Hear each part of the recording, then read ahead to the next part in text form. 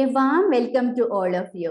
ഇന്ന് നമ്മൾക്ക് MSW കോഴ്സിനെ കുറിച്ചും സോഷ്യൽ വർക്ക് ഒരു ഡിസിപ്ലിൻ എന്നുള്ള രീതിയിൽ അതിന്റെ സ്കോപ്പ് എന്താണ്, നേച്ചർ എന്താണ്, അതുപോലെ തന്നെ PG സെൻട്രൽ യൂണിവേഴ്സിറ്റീസ് കോമൺ എൻട്രൻസ് ടെസ്റ്റിൽ MSW എൻട്രൻസ് എക്സാമിന്റെ സിലബസ് എന്താണ്, പാറ്റേൺ എന്താണ് തുടങ്ങി ബേസിക് ആയിട്ടുള്ള കുറച്ച് കാര്യങ്ങൾ ചർച്ച ചെയ്യാം. സോഷ്യൽ വർക്ക് ഒരു വെസ്റ്റേൺ ഒറിജിൻ ആയിട്ടുള്ള പ്രൊഫഷൻ ആണ്.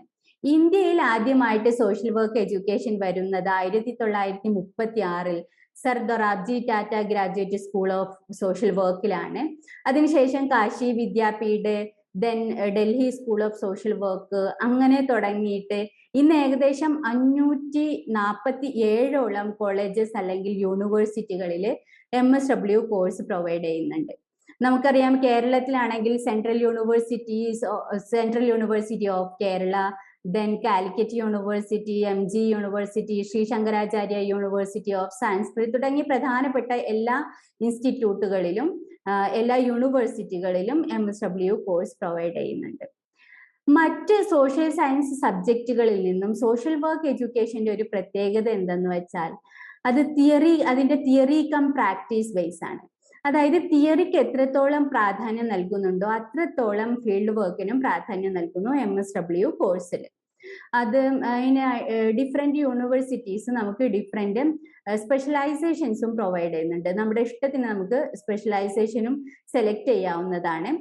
ഇപ്പോൾ ഒരു എക്സാമ്പിൾ പറയുകയാണെങ്കിൽ, നമ്മൾ MSW കഴിഞ്ഞിട്ട് ഒരാൾ ഉദ്ദേശിക്കുന്നത് മെഡിക്കൽ സെറ്റിങ്ങിലോ അല്ലെങ്കിൽ സൈക്യാട്രിക് സെറ്റിങ്ങിലോ വർക്ക് ചെയ്യാനാണെങ്കിൽ അവർക്ക് മെഡിക്കൽ ആൻഡ് സൈക്യാട്രിക് സ്പെഷ്യലൈസേഷനിൽ എടുക്കാവുന്നതാണ്.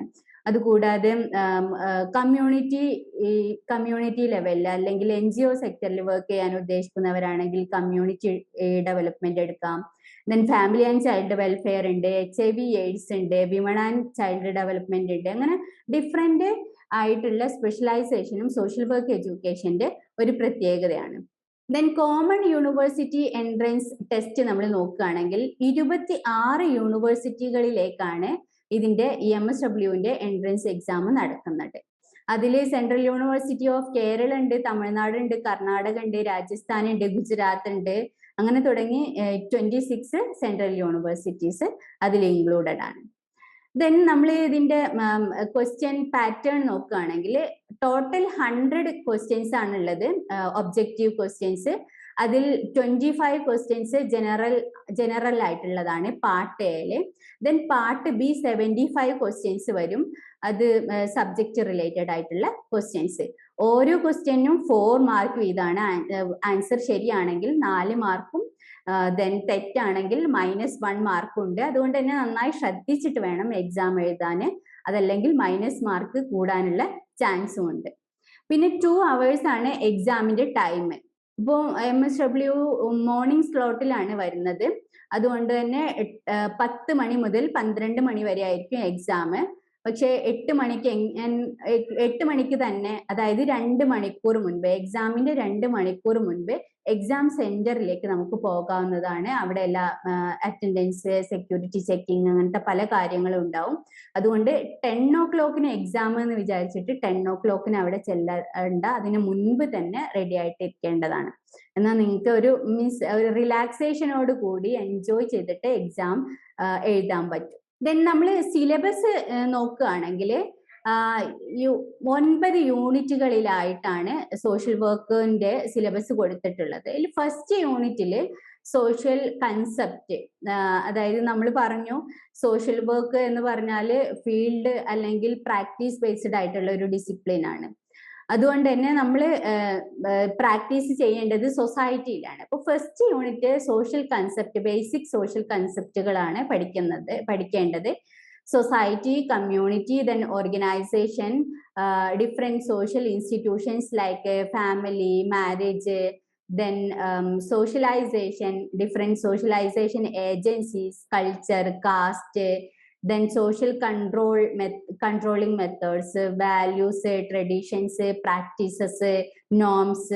അങ്ങനെ ബേസിക് ആയിട്ടുള്ള സോഷ്യോളജി പാർട്ടാണ് ഫസ്റ്റ് യൂണിറ്റിൽ വരുന്നത്.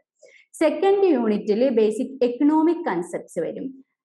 Economy, market, production, distribution, demand, supply, labour, income, expenditure, globalisation, privatisation, liberalisation and industrialisation. Then third unit, political concept. What is politics?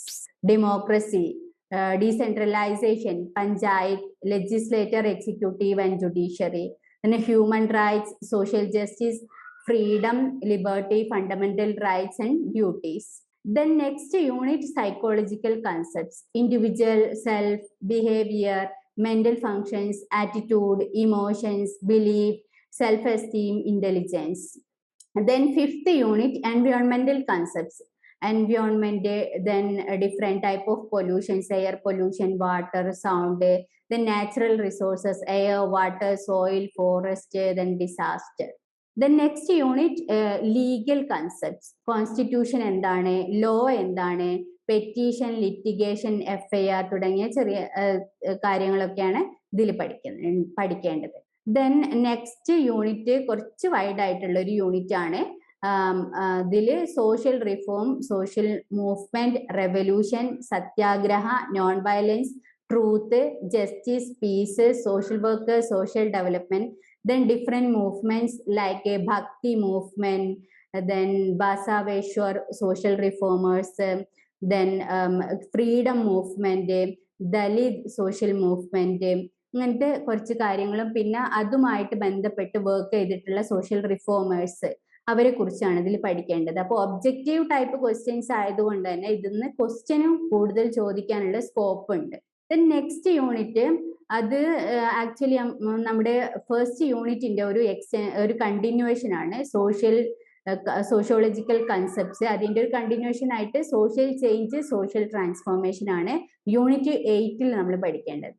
Unit 9, sustainable technologies, forms of sustainable technologies, solar, wind, biogas, biomass, then biodiesel, pollution control through technologies. ഇതാണ് ഒരു basic idea. അപ്പൊ നമുക്ക് total നമ്മൾ നോക്കുകയാണെങ്കിൽ social work എന്ന് പറഞ്ഞാൽ any degree ആണ് ഇതിന്റെ ക്വാളിഫിക്കേഷൻ. അപ്പൊ എനി ഡിഗ്രി ആയതുകൊണ്ട് തന്നെ പിന്നെ ഇതിലുള്ള സിലബസ് ബേസിക് ആയിട്ടുള്ള എല്ലാത്തിലും വരുന്നത്, ബേസിക് ആയിട്ട് സോഷ്യോളജിത്തെ കാര്യങ്ങൾ വരുന്നുണ്ട്, സൈക്കോളജി, എക്കണോമിക്സ് വരുന്നുണ്ട്, ലോ വരുന്നുണ്ട്. അപ്പൊ ഏത് ഡിസിപ്ലിനിലും ഗ്രാജുവേഷൻ ചെയ്ത ഒരാൾക്കും എന്താണ് ഒന്ന് സിസ്റ്റമാറ്റിക് ആയിട്ട് പഠിച്ചാൽ അത്യാവശ്യം പെട്ടെന്ന് ക്ലിയർ ആവാൻ പറ്റുന്ന ഒരു എക്സാം ആണ് MSW എൻട്രൻസ് എക്സാം. ഒന്ന് സിസ്റ്റമാറ്റിക് ആയിട്ട് പഠിക്കണം എന്ന് മാത്രം. ദെൻ അതിന് വേണ്ടിയിട്ട് നമ്മൾ ഓരോ ഈ സിലബസിലുള്ള ഓരോ യൂണിറ്റും നമ്മൾ നന്നായിട്ട് കവർ ചെയ്യും. കൂടാതെ ആ ഓരോ യൂണിറ്റും കവർ ചെയ്യുന്നത് കൂടെ തന്നെ പ്രീവിയസ് ക്വസ്റ്റ്യൻ പേപ്പർ നോക്കിയിട്ട് അതിൽ ഈ റിലേറ്റഡ് ആയിട്ടുള്ള ടോപ്പിക്കിൽ വരുന്ന ക്വസ്റ്റ്യൻസും നമ്മൾ നമ്മുടെ ഓരോ ക്ലാസ്സിലും കവർ ചെയ്തിട്ട് പോകും. അപ്പൊ നിങ്ങൾ ചെയ്യേണ്ടത് എന്താന്ന് വെച്ചാൽ ഓരോ ക്ലാസ് അറ്റൻഡ് ചെയ്യുക, ക്ലാസ് അറ്റൻഡ് ചെയ്യുന്നത് കൂടെ തന്നെ അതിന്റെ നോട്ട്സ് ഉണ്ടാക്കുക. നോട്ട്സ് ഉണ്ടാക്കിയിട്ട് ഈ നമ്മൾ പ്രാക്ടീസ് ചെയ്യുന്ന ക്വസ്റ്റ്യൻ പേപ്പേഴ്സ് നിങ്ങൾ സ്വന്തം ഇനീഷ്യേറ്റീവിലും പ്രാക്ടീസ് ചെയ്യുക. അപ്പോൾ ഇതാണ് ബേസിക് ആയിട്ട് നമ്മൾ നോക്കണേ. പിന്നെ നമ്മൾ സാധാരണ എല്ലാ എൻട്രൻസ് എക്സാമിനും നോക്കുന്ന അതേ കാര്യങ്ങളും ഇതിലും ശ്രദ്ധിക്കേണ്ടതായിട്ടുണ്ട്. അപ്പൊ സോഷ്യൽ വർക്ക് നമ്മൾ എൻട്രൻസ് എക്സാം എഴുതാൻ പോകുന്നതിന് മുമ്പ് ഇപ്പൊ നിങ്ങളൊക്കെ ഫോമൊക്കെ ഫില്ല് ചെയ്തു. അപ്പോൾ ഫോമൊക്കെ ഫില്ല് ചെയ്ത് കഴിഞ്ഞു. ഇനി നിങ്ങൾക്ക് വേണ്ടത് ഫസ്റ്റ് ബേസിക് ആയിട്ട് നിങ്ങൾക്ക് വേണ്ടത് ഇതിനെ കുറിച്ച് ഒരു ബേസിക് ഐഡിയ ഉണ്ടായിരിക്കുക. സോഷ്യൽ വർക്കിനെ കുറിച്ച് എന്താണ് സോഷ്യൽ വർക്ക് എന്നുള്ളതും അതിന്റെ ഒബ്ജക്റ്റീവ്സ് എന്തൊക്കെയാണ്, അതിന്റെ വാല്യൂസ് എന്തൊക്കെയാണ്, ഞാൻ എന്തുകൊണ്ട് സോഷ്യൽ വർക്ക് പ്രിഫർ ചെയ്യുന്നു, അങ്ങനെ ഒരു ബേസിക് ആയിട്ടുള്ള ഒരു ഐഡിയ നമ്മുടെ മൈൻഡിൽ ഉണ്ടായിരിക്കണം. അപ്പോഴേ നമുക്കതൊരു പാഷനായിട്ട് വരുള്ളൂ. ആ പാഷനാണ് പലപ്പോഴും നമ്മൾ മുന്നോട്ട് പഠിക്കാനുള്ള നമുക്കൊരു ഇൻസ്പിറേഷൻ ആയിട്ട് വരുന്നത്. അപ്പൊ നമ്മൾ നേരത്തെ പറഞ്ഞതുപോലെ സിലബസ് ബേസിൽ നമ്മൾ നമ്മുടെ പോർഷൻസ് കവർ ചെയ്യും. ആ പോർഷൻസ് കവർ ചെയ്യുന്നതിന് അനുസരിച്ച് നിങ്ങൾ അതിന്റെ നോട്ട്സ് ഉണ്ടാക്കുക, പിന്നെ പ്രീവിയസ് ക്വസ്റ്റ്യൻ പേപ്പേഴ്സ് പ്രാക്ടീസ് ചെയ്യുക.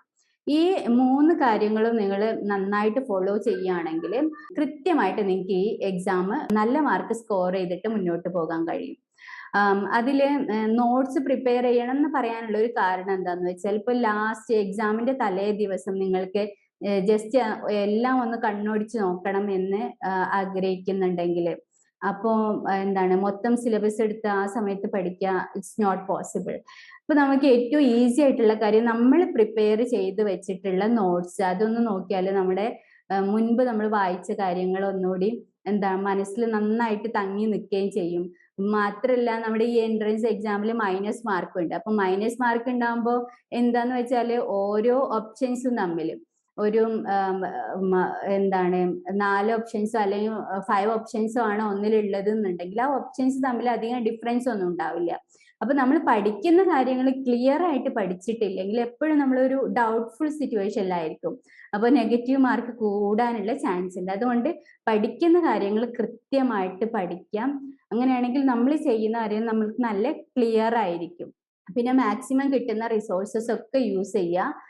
ടൈം മാനേജ്മെന്റ് പഠിക്കുക. ടൈം മാനേജ്മെന്റിന് ആദ്യം നമ്മൾ പ്രാക്ടീസ് ചെയ്തിട്ട് പഠിക്കണം. പിന്നെ അത് മാത്രമല്ല നമുക്കറിയാം 100 ക്വസ്റ്റ്യൻസ് ആണ് ഉണ്ടാവുക. ആ 100 ക്വസ്റ്റ്യൻസിന് 2 മണിക്കൂർ. അപ്പൊ നമ്മൾ ആദ്യം തന്നെ പ്ലാൻ ചെയ്തിട്ട് പോകണം. ഫസ്റ്റ് ഹാഫ് ആൻ അവറിൽ ഞാൻ എത്ര ക്വസ്റ്റ്യൻ കവർ ചെയ്താലാണ് എനിക്കിത് കംപ്ലീറ്റ് ആയി പോകും. അങ്ങനെ ഓരോ ഹാഫ് ആൻ അവറിലും നമ്മൾ എത്ര ക്വസ്റ്റ്യൻ കംപ്ലീറ്റ് ചെയ്യണം എന്നുള്ളത് നമ്മുടെ മൈൻഡിൽ ഒരു ഐഡിയ ഉണ്ടാക്കിയെടുക്കണം ആദ്യം തന്നെ. അത് നമ്മൾ ടൈം മാനേജ്മെന്റിന് നമ്മളെ ഹെൽപ്പ് ചെയ്യും. അങ്ങനെ നന്നായി പ്രിപ്പയർ ചെയ്തിട്ട് കോൺഫിഡൻസോട് കൂടിയിട്ട് എൻട്രൻസ് എക്സാം എഴുതാൻ പോവുക. We are with you with value added notes, topic test and mock test. Thank you very much.